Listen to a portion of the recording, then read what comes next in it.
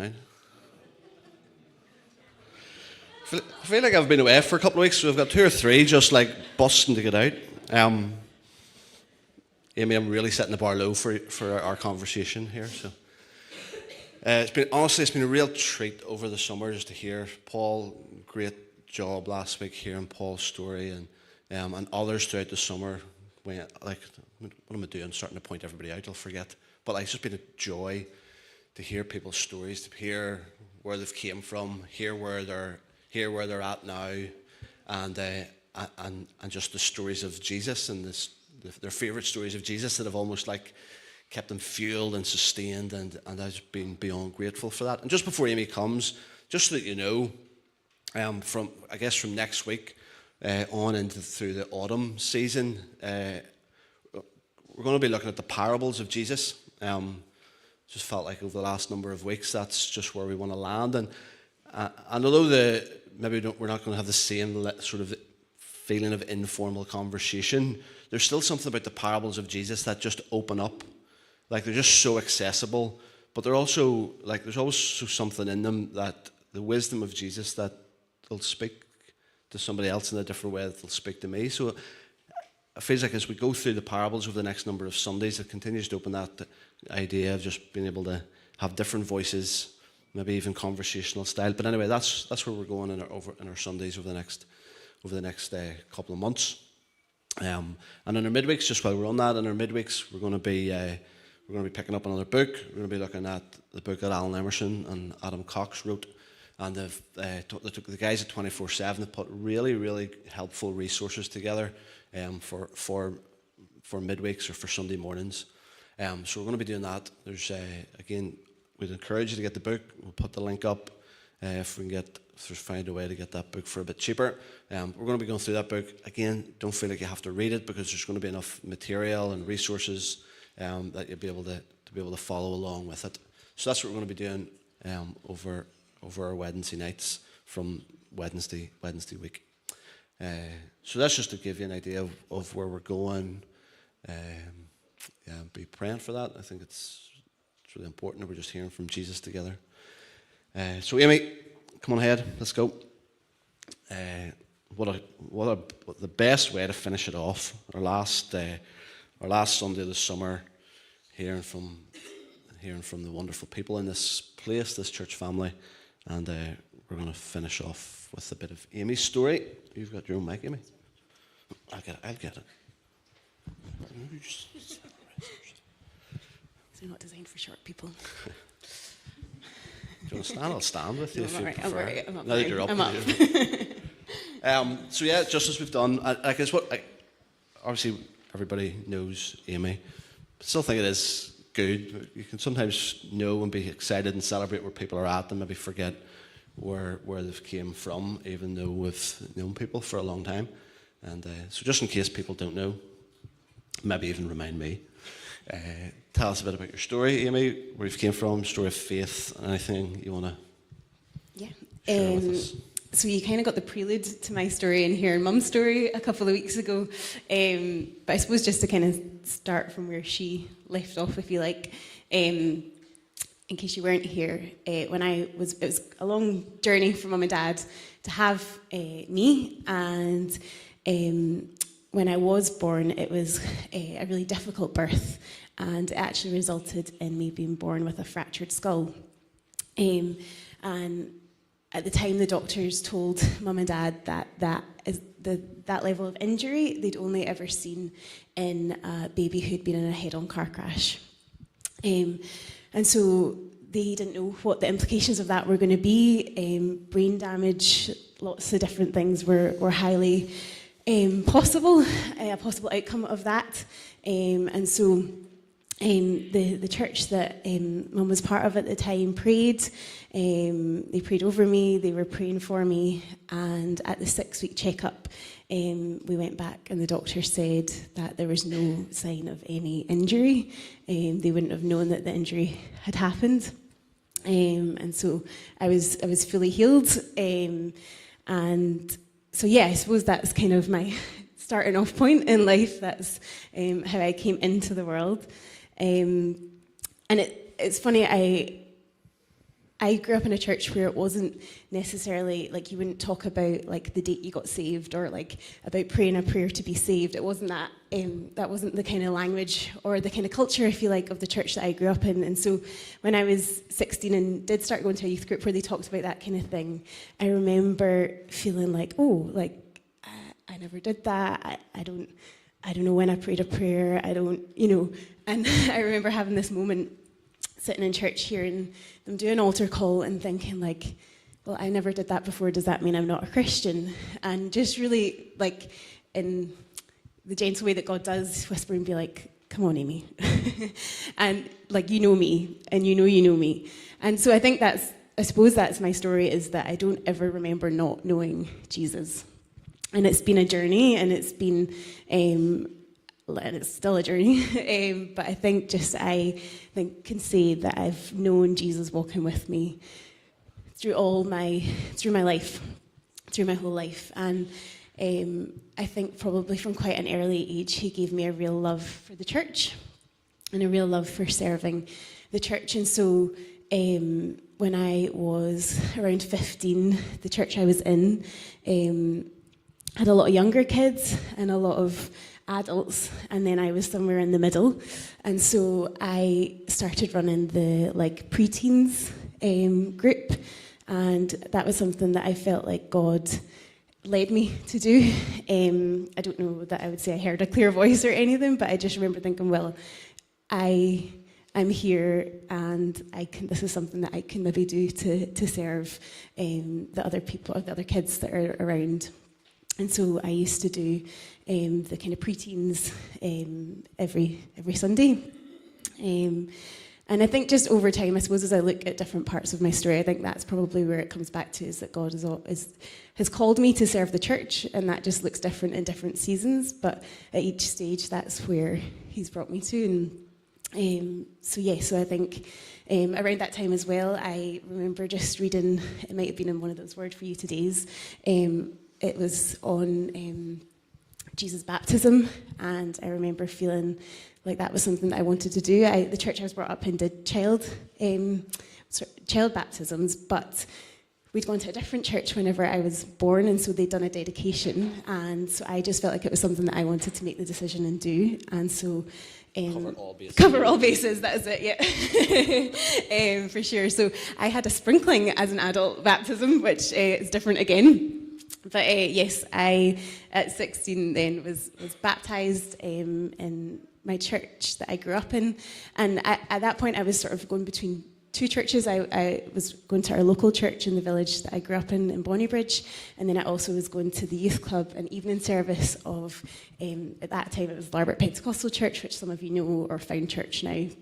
And it was just, that was even a real answer to prayer, because I, like I mentioned before, I was in a season where I was the only 15, 16-year-old in my church. There was definitely times where there was a conversation with Mum being like, well, why am I there, And that's when I think God opened the door for me to serve the younger ones. But then God brought me to a place where I met these two girls in one of my form classes in school.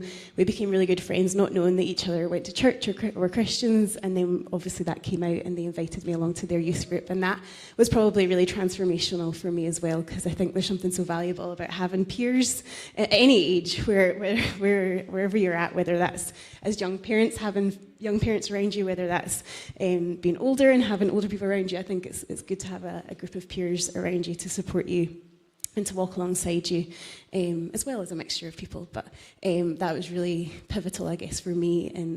And yes, I don't think I ever would have walked away from God, but I think I definitely struggled with staying in church in that season because of that. So, yeah, we'll keep going. Super. In my preamble, I'm saying about knowing that story. I know I've heard you share that before about your birth story, and still moves me every time I hear it. I think it's moved because it's your story, and that's beautiful. But I think I'm so caught by David's prayer for us this morning in Next Door, is that you're just like the people that we're praying for every week. And even new people just continuing to contend for and believe for, you're just like, God, would you do it again? as from copy your story because we love you, but David's really encouraged us this morning. I feel like as only David can do for me anyway, like that fire of just like, come on, God, do it again. Just believing you for miracles. And so I suppose hearing for you reminds me of like, although I'm familiar with your story, it's just like, come on, God, you can do it again. So I'm moved by that, and I'm moved by the fact that at such a young age you were given such a heart for the church. Because I think, like, even for some of the young people here now, or even older people, like feeling like you had a heart for something, and where is this going to actually be fleshed out? And so it's just so exciting that was something in you from 16, and now we have the privilege of seeing it being fleshed out for the last number of years. So that's an encouragement to anybody in the room. I think young people and older people, that's something that God has put in your heart, no matter at what age. Like, there's still a chance to see that being fleshed out, even if you don't see it right now. So, yeah, thanks, Amy. So, stories of Jesus. I know, like, you haven't really mentioned it there. You are a teacher, a wonderful teacher. So I'm sure there's loads of stories of Jesus that you could poke out and say is your favourite or whatever. But at the minute, anyway, what's the Jesus story or your favourite one that you maybe keep coming back to? Yeah, I think probably one that I keep coming back to is that, and I suppose that's why I mentioned it, is the baptism of Jesus. And I should have mentioned it earlier. So my name, which means beloved. I sometimes think that God wanted me to remember that. You know, when you, in John's Gospel, he talks about himself as the disciple whom Jesus loved. And I think that wasn't because he felt like he wanted to show off about, oh, I'm the disciple that Jesus loved. I actually think it was probably a reminder to himself that Jesus loved me, you know. And so I think in part, I think my name, being named Amy, was to be a reminder for my whole life that I am loved. And so then I think coming back to let me read it just so that I'm reading it correctly. But coming back to the story of Jesus' baptism, I think I come back to this one because it's one of the few times that God actually speaks, or it's recorded as if it's an audible voice. And this is what he chooses to say. And it's, "This is my beloved Son, with whom I am well pleased." And so I suppose for me, in that, it's like, of all the things that God could have said, of all the things that God could have spoken, is that this is my Son who I love. And I think when it comes to things that are a wee bit more challenging, sometimes when we read the Bible, or like situations that are just, you know, things are a bit grayer, it's not always easy. There can be a lot of debate over what certain texts mean and what certain Bible passages mean. But I think, like, this is God's voice saying, "This is my Son whom I love." And I think if we can view things with that lens, I think that's the best place to come from. And so I suppose for me, that's the verse that I continue to come back from. And even just to remind myself, actually, like, how are you speaking to yourself? Are you speaking to yourself as the one who's loved by God? Or are you speaking to yourself as, like, not a very nice person? Very good. Yeah, we camped around there for weeks, couldn't you? Yeah, so tell us then a bit about, like, what's going on now. And I haven't done this for everybody, but, like, tell us, be personal, but also, like, as a church leader or somebody even invest in this local community, what, like, are you believing for or praying for? How can we pray for you and with you, and what you're seeing and longing for God to do? Yeah, where do you start? Yeah, like, I suppose in context of church and in context of even the kids stuff within church, I think I just love, like, it just so fills my tank and fills my heart whenever we see, like, I Heart Rich Hill, just as an example, like, it's not that long ago, just seeing our young people really, really step up and to, like, just love other people so well, and love kids so well, and love and serve one another so well, because, you know, actually it's quite rare that people are good with one, you know, like, you know, there's a lot of schools can be a really harsh place and a really like tough place to just exist. And I think it's just so lovely. Like obviously there's banter and you can have fun, and we do that.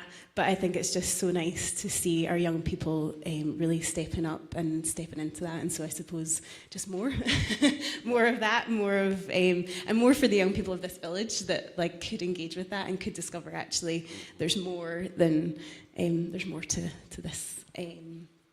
Yeah, for them too. And then, yeah, I suppose personally, I've kind of been around the verses in,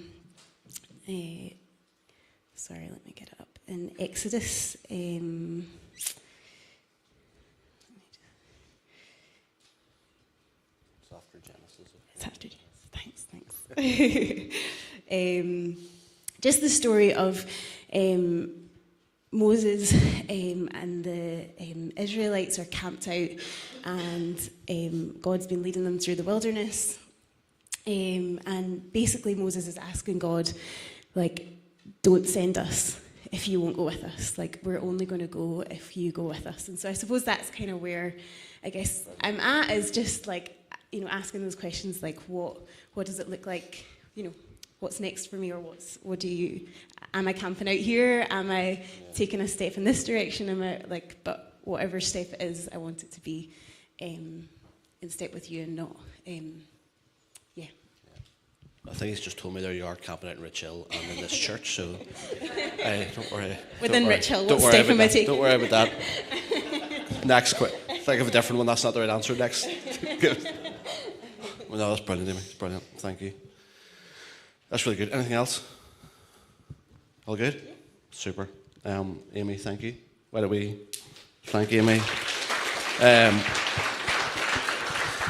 Yeah, Nev's going to come and pray for Amy, pray for us all, and then release us. But thanks, Amy. Thanks everybody that's contributed over the summer months. Continue to look forward to hear from other voices as we step into the parables, as I've already said. But thanks. Good. Let's pray.